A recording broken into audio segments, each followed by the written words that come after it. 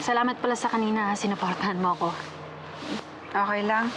Tsaka pabor rin naman sa akin kung maging ayos kayo ni Mami. Para mas makasama pa kita. Minsan pala, pasyal tayo para hindi ka naman nagpo-bore dito. Papayagan ka ba? Papayag ba mami mo, si tatay? Wala naman tutol si Mami kung magkaroon tayo ng relationship eh. Saka iba naman yung sa inyo. Iba yung sa atin. Si Daddy naman, stricto lang yung pagdating sa boys. Kaya nga, hanggang ngayon, hindi pa rin ako nagkaka-boyfriend. Hanggat hindi ako graduate. Seryoso? Grabe palang stricto si tatay, no? Yung nanay ko kasi, wala yung pakialam sa akin. Kaya yan, ang dami ko naging boyfriend. Ay, ano ba? Meron akong crush dito sa inyo. Yung si Gerald.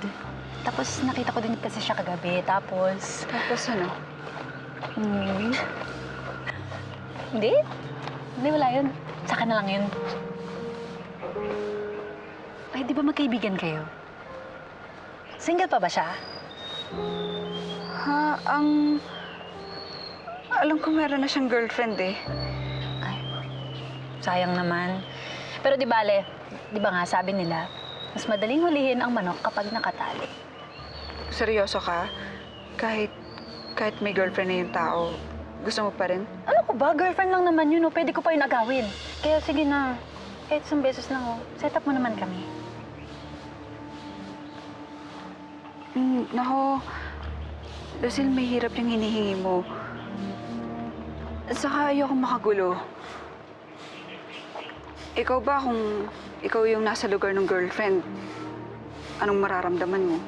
Well, kung ako yung girlfriend, syempre mas hihigpitan ko yung kapit ko sa kanya. Hindi ko siya pakakawalan, ganun.